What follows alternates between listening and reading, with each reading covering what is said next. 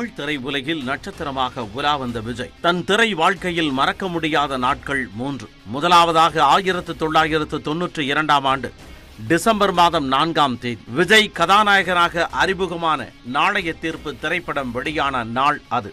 அந்த படம் வெளியாகி 3 தசாப்தங்களுக்கு பின்னர் கதாநாயகன் விஜய் ஜனநாயகன் விஜயாக மாறுவதற்காக சினிமாவை விட்டு விலகுவது என முடிவெடுத்தார். தனது திரை வாழ்க்கையின் நிறைவாக விஜய் நடித்த 69வது திரைப்படம் ஜனநாயகன். அந்த படத்தின் வெளியீட்டு தேதியாக குறிக்கப்பட்ட நாள் 2026ஆம் ஆண்டு ஜனவரி 9ஆம் தேதி. தனது முதல் படம் மற்றும் கடைசி படங்களுக்கு மத்தியில் பல வெற்றி படங்களை கொடுத்திருக்கிறார் விஜய். அந்த வரிசையில் விஜயின் திரை வாழ்வில் மட்டுமின்றி அரசியல் வாழ்விலும் மறக்க முடியாத ஒரு நாளாக அமைந்தது.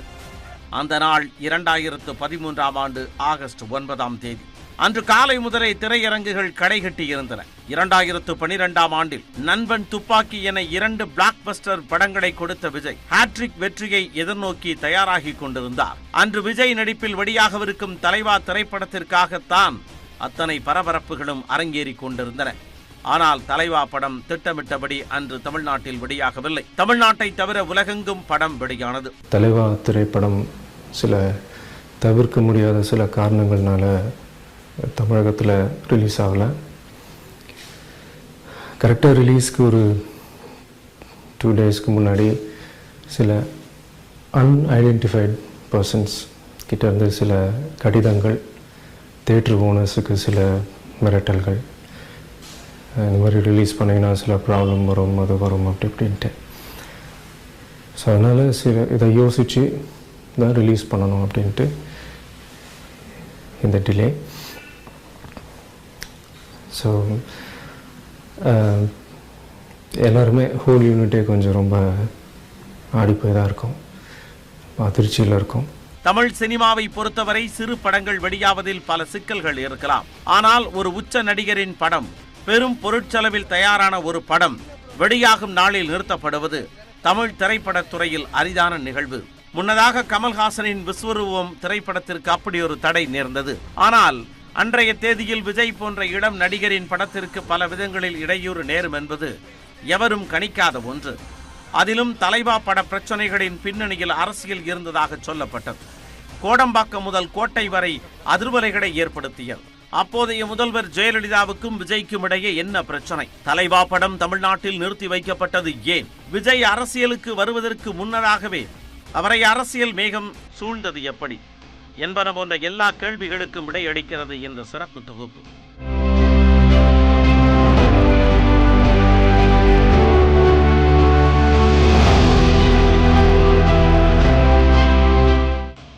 இரண்டாயிரமாவது ஆண்டின் தொடக்கத்தில் விஜய் ஒரு வளர்ந்து வரும் நட்சத்திரம். ஜெயலலிதாவோ அகில இந்திய அளவில் ஆளுமை பெற்ற ஒரு அரசியல் தலைவர்.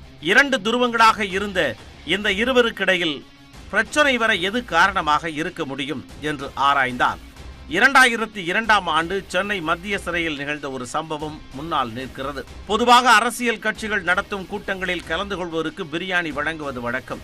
ஆனால் பிரியாணி வழங்கிய ஒரு நிகழ்ச்சியில் தான் முதலாக விஜயின் மீது அரசியல் பார்வை பதிந்தது. 2002ஆம் ஆண்டில் நிகழ்ந்த அந்த சம்பவத்தை 20 ஆண்டுகளுக்கு பின்னரே பொதுவெளியில் பகிர்ந்து கொண்டார் ஓய்வு பெற்ற சிறைத்துறை டிஐஜியான ராமச்சந்திரன். சிறை கைதிகளை நல்வழிப்படுத்தும் முகமாக சிறைச்சாலைகளில் தொண்டு நிறுவனங்கள் வாரந்தோறும் பிரார்த்தனை கூட்டங்களை நடத்துவது வழக்கம். அந்த வகையில் கிரீன் இந்தியா பவுண்டேஷன் என்ற கிறிஸ்தவ அமைப்பு சென்னை மத்திய சிறையில் அத்தகைய கூட்டங்களை நடத்தி வந்தது. 2001ஆம் ஆண்டில் கிறிஸ்துமஸ் நெருங்கி வந்த சமயத்தில் சிறையில் இருந்த கைதிகள் பிரார்த்தனை கூடத்திற்கு வந்த பொறுப்பாளர்களிடம் தங்களுக்கு கிறிஸ்துமஸ் விருந்தாக மட்டன் பிரியாணி வழங்க வேண்டும் என கேட்டுக்கொண்டனர். கைதிகளின் ஆசையை குறித்து அந்த நிகழ்ச்சியை நடத்தும் தேவாலயத்திடம் சென்று பேசினார் பொறுப்பாளர்.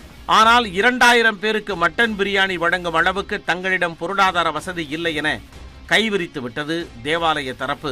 அப்போதுதான் விஜய்க்கு அந்த தகவல் கொண்டு செல்லப்பட்டது. உடனே அதற்கு ஒப்புக்கொண்டார் விஜய்.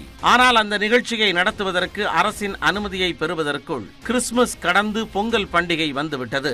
அதனால் பொங்கலை ஒட்டி கைதிகளுக்கு பிரியாணி வழங்குவது என முடிவானது. அதன்படி 2002ஆம் ஆண்டு ஜனவரி 15ஆம் தேதி அன்று நடைபெற்ற அந்த நிகழ்ச்சியில் விஜயும் கலந்து கொண்டார்.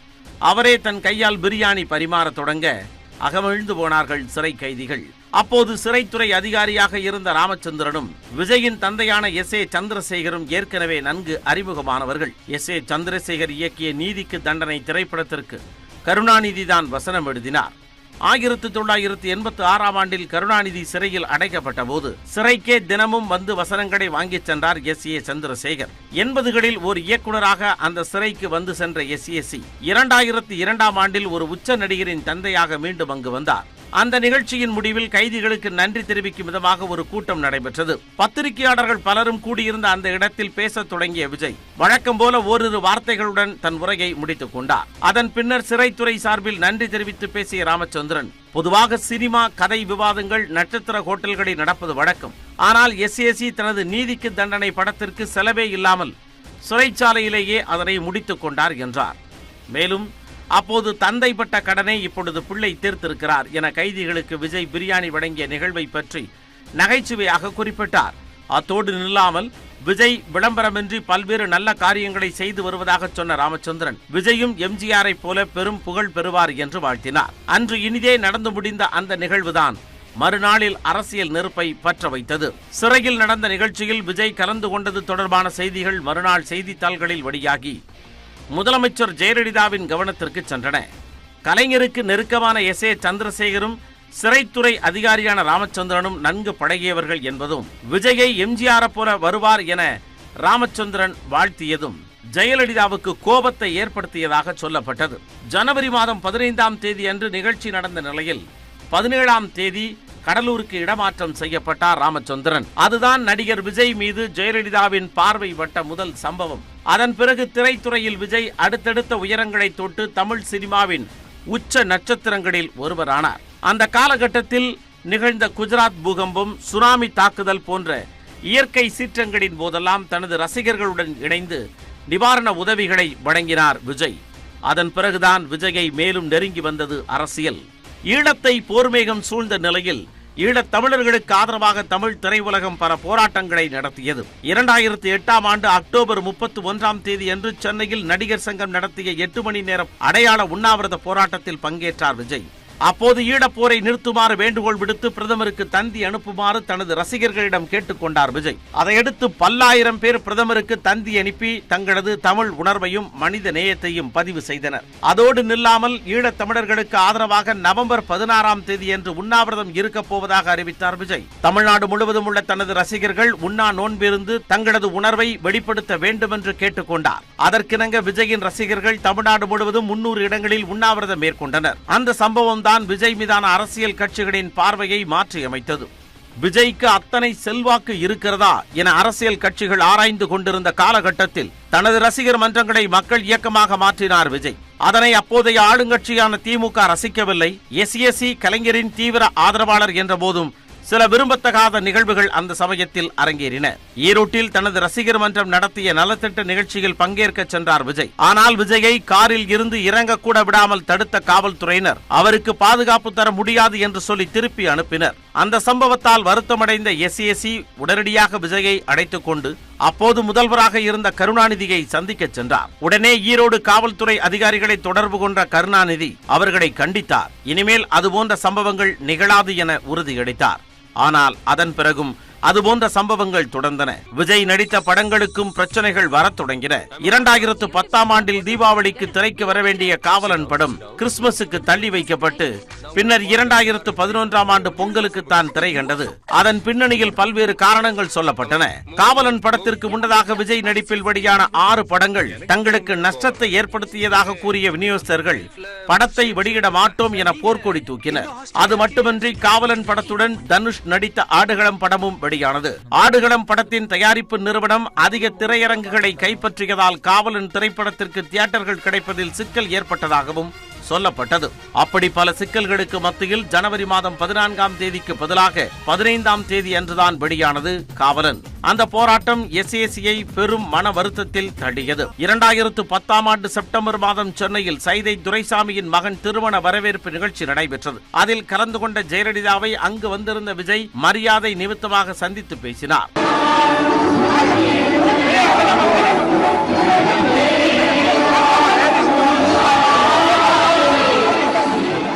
அதன் பிறகுதான் சில அதிரடி திருப்பங்கள் அரங்கேறின. ஒரு நாள் அதிமுகவின் மூத்த தலைவர்கள் இருவர் எஸ்.ஏ. சந்திரசேகரை சந்திக்க வந்தனர். 2011ஆம் ஆண்டு தேர்தலில் விஜய் தங்களுக்கு ஆதரவளிக்க வேண்டும் என்றும் அது தொடர்பாக எஸ்.ஏ.யை ஜெயலலிதா சந்திக்க விரும்புவதாகவும் தெரிவித்தனர். அது குறித்து விஜயிடம் பேசினார் எஸ்.ஏ. சந்திரசேகர்.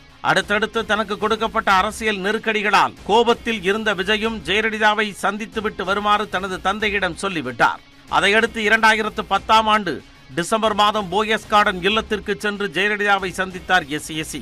அப்போது காவலன் திரைப்படத்திற்கு ஏற்பட்ட சிக்கல் தொடர்பாக ஜெயலலிதாவை சந்தித்ததாகவும் அது தொடர்பாக மேலும் சில அரசியல் தலைவர்களையும் எஸ்.ஏ.சி. சந்தித்து பேசுவார் என்றும் செய்திகள் வெளியாகின. விஜய் அதிமுகவில் சேரப் போகிறார் என்றெல்லாம் கூட பல்வேறு தகவல்கள் சொல்லப்பட்டன. அந்த சூழலில் 2011ஆம் ஆண்டு பிப்ரவரி மாதம் 4ஆம் தேதியன்று மீண்டும் ஜெயலலிதாவை சந்தித்தார் எஸ்.ஏ.சி. அப்போது அதிமுகவுக்கு ஆதரவாக விஜய் மக்கள் இயக்கம் பணியாற்ற வேண்டும் என்று கேட்டுக்கொண்ட ஜெயலலிதா அதற்கு கைமாறாக தாங்கள் என்ன செய்ய வேண்டும் என்றார். தங்களது மாவட்ட தலைவர்கள் 15 பேருக்கு சீட் கொடுக்க வேண்டும் என்றார் எஸ்.ஏ.சி. அப்படியென்றால் விஜய் ஆதரவு தருவதாக பத்திரிகைகளிடம் சொல்லிவிடலாமா என்று கேட்டார் ஜெயலலிதா. சீட் கொடுப்பது பற்றி முடிவு செய்துவிட்டு சொல்லுங்கள், அதன் பிறகு மற்றதை பேசிக் கொள்ளலாம் என்றார் எஸ்.ஏ.சி. பின்னர் அதிமுக தரப்பில் இருந்து எஸ்.ஏ.சியை அணுகிய முக்கிய பிரமுகர் ஒருவர் விஜய் மக்கள் இயக்கத்திற்கு 3 சீட்டுகள் தருவதாக சொன்னார். ஆனால் அதனை மறுத்த எஸ்.ஏ.சி தாங்கள் தேர்தலில் யாருக்கும் ஆதரவு தரப்போவதில்லை என்று சொல்லிவிட்டார். 2011ஆம் ஆண்டு ஏப்ரல் 13ஆம் தேதியன்று நடைபெறப்போகும் தேர்தலுக்காக எல்லா கட்சிகளும் அதிரடி பிரச்சாரத்தில் இறங்கி இருக்க மார்ச் 27ஆம் தேதி திருச்சியில் இருந்த ஜெயலலிதாவிடமிருந்து எஸ்.ஏ.சிக்கு அழைப்பு வந்தது. உடனடியாக திருச்சிக்கு விரைந்த எஸ்.ஏ.சி சங்கம் ஹோட்டலில் ஜெயலலிதாவை சந்தித்தார். அப்போது விஜய் அதிமுகவுக்கு ஆதரவு தந்தால் அவரது படங்களுக்கு எந்த பிரச்சனையுமின்றி நான் பார்த்துக் கொள்வதாக உறுதியளித்தார் ஜெயலலிதா. அதனை ஏற்றுக்கொண்ட எஸ்.ஏ.சி விஜய் மக்கள் இயக்கம் அதிமுகவுக்கு ஆதரவு அளிப்பதாக செய்தியாளர்கள் மத்தியில் அறிவித்தார். அப்போது திமுக வலுவாக இருக்கும் 40 தொகுதிகளின் பட்டியல் எஸ்.ஏ.சியிடம் தரப்பட்டது. தனக்கிருந்த 2 வார கால அவகாசத்தில் 39 தொகுதிகளில் பிரச்சாரம் செய்தார் எஸ்.ஏ.சி. அவற்றில் 38 தொகுதிகளில் அதிமுக கூட்டணி வெற்றி பெற்றது. 2011ஆம் ஆண்டு தேர்தலில் தனி பெரும்பான்மை பெற்று ஆட்சியை கைப்பற்றியது அதிமுக. அப்போது விஜயும் எஸ்.ஏ. சந்திரசேகரும் போயஸ் கார்டனுக்கு சென்று ஜெயலலிதாவுக்கு வாழ்த்து தெரிவித்தனர். அதுவே ஜெயலலிதா தோழமையோடு பேசிய கடைசி சந்திப்பாகவும் ஆனது. சந்திப்புக்கு பின்னர் செய்தியாளர்களிடம் பேசிய எஸ்.ஏ. சந்திரசேகர் ராமருக்கு அணில் உதவியது போல அதிமுக வெற்றிக்கு நாங்கள் உதவி இருக்கிறோம் என்றார். அதிமுக கூட்டணியின் வெற்றிக்கு விஜய் மக்கள் இயக்கம் கடுகளவு கூட உரிமை கொண்டாடியதை கூட ஜெயலலிதா ரசிக்கவில்லை. அதன் பின்னர் நடைபெற்ற திரைப்பட விழா ஒன்றில் பேசிய நாம் தமிழர் கட்சியின் ஒருங்கிணைப்பாளர் சீமான் ஆட்சி மாற்றத்தை நிகழ்த்திவிட்டு அமைதியாக உட்கார்ந்திருக்கிறார் தம்பி விஜய் என்று சொன்னார். அடுத்தடுத்து நடந்த இந்த நிகழ்வுகள் ஜெயலலிதாவுக்கு கோபத்தை ஏற்படுத்தின. இவற்றையெல்லாம் கடந்து 2011ஆம் ஆண்டு டிசம்பர் மாதம் தமிழ்நாட்டை தானே புயல் தாக்கிய போது கடலூர் மற்றும் புதுச்சேரிக்கு நேரில் சென்று நிவாரண உதவிகளை வழங்கினார் விஜய். அந்த நிகழ்விலும் அடுத்தடுத்து நடைபெற்ற விஜயின் திரைப்பட நிகழ்வுகளிலும் கூடிய கூட்டம் விஜயின் அரசியல் பயணத்திற்கு அச்சாரமாக இருக்கலாம் என அதிமுக கருதியது. அதன் பிறகே விஜயின் படங்களுக்கு அடுத்தடுத்து பிரச்சனைகள் வரத் தொடங்கின. 2012ஆம் ஆண்டு தீபாவளிக்கு வெளியாகவிருந்த துப்பாக்கி படத்தின் பெயரை மாற்ற கோரி கள்ள துப்பாக்கி என்ற திரைப்பட குழுவினர் வழக்கு தொடர்ந்தனர். அந்த பிரச்சனை சரி செய்யப்பட்ட நிலையில் படத்தில் இஸ்லாமியர்களை தவறாக சித்தரிப்பதாக குற்றம் சாட்டி சில இஸ்லாமிய அமைப்புகள் போர்க்கொடி தூக்கின. அதனால் சில காட்சிகளை நீக்கிய பிறகே துப்பாக்கி திரைப்படம் வெளியானது. தலைவா திரைப்படம் ஒரே ஒரு வசனத்தால் பெரும் சிக்கலை சந்தித்தது. படத்தின் போஸ்டரில் பட தலைப்புக்கு கீழே டைம் டு லீட், அதாவது தலைமையேற்கும் தருணம் என்கின்ற வாசகம் இடம் பெற்றிருந்தது. அது அப்போதைய முதலமைச்சர் ஜெயலலிதாவை கோபப்படுத்தியதாக பேச்சுக்கள் எழுந்தன. 2013ஆம் ஆண்டு ஆகஸ்ட் 9ஆம் தேதி அன்று தலைவா திரைப்படம் வெளியாகும் என அறிவிக்கப்பட்டிருந்தது. ஆனால் ஆகஸ்ட் 6ஆம் தேதி அன்று சென்னை மயிலாப்பூரில் உள்ள மல்டிபிளெக்ஸ் திரையரங்கிற்கு ஒரு கடிதம் வந்தது. தலைவா திரைப்படத்தை திரையிடக்கூடாது என்றும் தங்களது எச்சரிக்கையை மீறி வெளியிட்டால் திரையரங்கில் குண்டு வெடிக்கும் என்றும் அந்த கடிதத்தில் குறிப்பிடப்பட்டிருந்தது. அதேபோல மேலும் சில திரையரங்குகளுக்கு கடிதம் வாயிலாகவும் தொலைபேசி வாயிலாகவும் மிரட்டல்கள் வந்தன. அத்தோடு ஓரிரு நாட்களில் வெளியாகவிருந்த தலைவா திரைப்படத்திற்கு அப்போது வரை கேளிக்கை வரி விலக்கு எதுவும் வழங்கப்படவில்லை. அதனை தாண்டி தலைவா திரைப்படத்தின் கதை அரசியல் தொடர்புடையது என்றும் அதனாலேயே திரைப்பட வெளியீட்டிற்கு சிக்கல் வந்திருப்பதாகவும் ஒரு தகவல் பரவிக் கொண்டிருந்தது. அதனை மறுக்கும் விதமாக அறிக்கை ஒன்றை வெளியிட்டார் விஜய். அதில் தலைவா குடும்பத்தோடு பார்க்கக்கூடிய ஜனரஞ்சகமான படமாக வந்திருக்கிறார். காதல், ஆக்ஷன், காமெடி என எல்லாவற்றுக்கும் முக்கியத்துவம் தரப்பட்டிருக்கிறது. படத்தில் துடியும் அரசியல் கிடையாது, யாரோ சிலர் பரப்பு வெறும் வதந்திகளை நம்ப வேண்டாம் என்று குறிப்பிட்டிருந்தார் விஜய். ஆனாலும் தலைவா வெளியீட்டிற்கான சிக்கல் தணிந்த பாடில்லை. ரிலீஸுக்கு முந்தைய நாள் தயாரிப்பாளர்கள், விநியோகஸ்தர்கள் மற்றும் திரையரங்க உரிமையாளர்களின் அவசர கூட்டம் நடைபெற்றது. எப்படியாவது படத்தை வெளியிட்டு விட வேண்டும் என்கின்ற முனைப்போடு விஜயின் தந்தை SA சந்திரசேகரும் தலைவா படத்தின் தயாரிப்பாளரும் பேச்சுவார்த்தையில் ஈடுபட்டனர். ஆனால் திரையரங்குகளுக்கு வந்த மிரட்டல்கள், வரி விலக்கு வழங்கப்படாதது ஆகியவற்றை காரணம் காட்டி திரைப்படத்தை வெளியிட மறுத்துவிட்டார்கள். அந்த சமயத்தில் கோடநாடு எஸ்டேட்டில் இருந்தார் முதலமைச்சர் ஜெயலலிதா. ஆகஸ்ட் 8ஆம் தேதியன்று படத்தின் தயாரிப்பாளர் மற்றும் இயக்குனரோடு நேரடியாக கோடநாடு எஸ்டேட்டுக்கு சென்றார் விஜய். அனுமதி பெறாமல் முதல்வரை சந்திக்க செல்வது முறையல்ல என்று SAC எடுத்துச் சொன்ன போதும் எப்படியாவது படத்தை வெளியிட்டுவிட வேண்டும் என்ற ஆதங்கத்தில் சென்னையில் இருந்து புறப்பட்டார் விஜய். தேர்தலுக்கு முன்னதாக SACயை பலமுறை அழைத்து பேசிய ஜெயலலிதா அன்று தன்னை தேடி விஜய் வந்திருப்பதை சந்திப்பதை தவிர்த்தார். முதல்வரை சந்திக்க முடியாத நிலையில் அவரை சந்திப்பதற்கு அனுமதி கேட்டு கடிதம் மட்டும் கொடுத்துவிட்டு அங்கிருந்து ஏமாற்றத்துடன் புறப்பட்டார் விஜய். அந்த சூழ்நிலையில் ஆகஸ்ட் 9ஆம் தேதி திட்டமிட்டபடி உலகெங்கும் வெளியானது தலைவா திரைப்படம். ஆனால் தமிழ்நாட்டில் மட்டும் வெளியாகவில்லை. அப்பொழுது படத்தை வெளியிட தமிழ்நாடு முதலமைச்சர் ஜெயலலிதா உதவ வேண்டும் என்கின்ற கோரிக்கையோடு வீடியோ ஒன்றை வெளியிட்டார் விஜய். தலைவா திரைப்படம் சில தவிர்க்க முடியாத சில காரணங்கள்னால தமிழகத்தில் ரிலீஸ் ஆகலை. கரெக்டாக ரிலீஸ்க்கு ஒரு 2 டேஸ்க்கு முன்னாடி சில அன்ஐடென்டிஃபைட் பர்சன்ஸ் கிட்ட இருந்து சில கடிதங்கள், தியேட்டர் ஓனர்ஸுக்கு சில மிரட்டல்கள், இந்த மாதிரி ரிலீஸ் பண்ணிங்கன்னா சில ப்ராப்ளம் வரும், அது வரும் அப்படி இப்படின்ட்டு. ஸோ அதனால் இதை யோசித்து தான் ரிலீஸ் பண்ணணும் அப்படின்ட்டு இந்த டிலே. ஸோ எல்லாருமே ஹோல் யூனிட்டே கொஞ்சம் ரொம்ப ஆடிப்போய் தான் இருக்கும், அதிர்ச்சியில் இருக்கும். இதை நாங்கள் மாண்புமிகு தமிழக முதல்வர் அம்மா அவர்களை சந்திக்கணும்னு சொல்லிட்டு ஒரு அப்பாயின்மெண்ட் கேட்டிருக்கோம். அவங்க கூடிய சீக்கிரம் எங்களை மீட் பண்ணுவாங்கன்னு நாங்கள் நம்புகிறோம். அம்மா அவர்கள் தமிழகத்தில் எவ்வளோ நல்ல விஷயங்கள் அவங்க செஞ்சுக்கிட்டு இருக்கிறாங்க. தமிழகத்தையே ஒரு முதல் மாநிலமாக கொண்டு வரணும்னு சொல்லி உழைச்சிக்கிட்டு இருக்கிறாங்க. ஸோ தமிழக மக்களுக்கு இவ்வளோ நல்லது செய்கிற அவங்க இந்த தலைவா பிரச்சனையிலையும் தலையிட்டு இதுக்கு ஒரு நல்ல முடிவு கொடுத்து கூடிய சீக்கிரம் இதை ரிலீஸ் பண்ணுவாங்கன்னு நாங்கள் நம்புகிறோம்.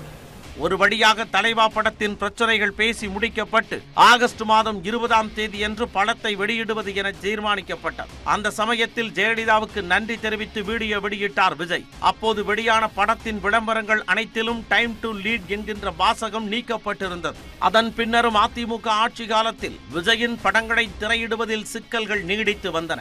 2014ஆம் ஆண்டில் AR முருகதாஸ் இயக்கத்தில் விஜய் நடித்த கத்தி படம் இலங்கை அதிபர் ராஜபக்சேவுக்கு நெருக்கமான லைகா நிறுவனத்தின் தயாரிப்பு என்று குற்றம் சாட்டிய சில அமைப்புகள் படத்தை திரையிட எதிர்ப்பு தெரிவித்தன. அந்த பிரச்சனை பேசி தீர்க்கப்பட்ட நிலையில் கோபி நயினாரின் கதையை திருடி கத்தி படம் எடுக்கப்பட்டதாக ஒரு சர்ச்சை எழுந்தது. 2014ஆம் ஆண்டில் இலங்கை பாதுகாப்பு அமைச்சகத்தின் இணைய பக்கத்தில் ஜெயலலிதாவை பற்றி மோசமான விமர்சனம் செய்யப்பட்டிருந்தது. அது தொடர்பாகவும் மீனவர்களின் நலனுக்காகவும் திரைப்படத்துறையினர் நடத்திய போராட்டத்தில் கலந்து கொண்ட விஜய் ஜெயலலிதாவுக்கு ஆதரவாக கருத்து தெரிவித்து பேசினார். நம்மளுடைய தமிழக முதலமைச்சர் அம்மா அவங்களுடைய கஷ்டத்தை தீர்க்கிறதுக்கு எவ்வளவோ ஸ்டெப்ஸ் எடுத்துக்கிட்டு இருக்காங்க. அதை போய் ஸ்ரீலங்கன் கவர்மெண்ட் அவங்களுடைய டிஃபென்ஸ் வெப்சைட்டில் அதை கேள்வி செய்கிற மாதிரி ஒரு விஷயம், ஒரு கமெண்ட் பண்ணது உண்மையிலேயே தாயை தப்பாக பேசுன மாதிரி நாங்கள் நினைக்கிறோம். இது ஒட்டுமொத்த தமிழர்களுக்குமே இது ரொம்ப வருத்தத்துக்குரிய ஒரு விஷயம். இது கடுமையாக கண்டிக்கிறோம். ஆனாலும் அவரது படங்களுக்கு நேரும் தடங்கல்கள் தொடர்ந்தன. 2015ஆம் ஆண்டில் விஜய் நடித்த புலி படம் வெளியாவதற்கு முதல் நாள் அந்த படத்தின் தயாரிப்பாளருக்கு தொடர்புடைய இடங்களில் வருமான வரி சோதனை நடைபெற்றது.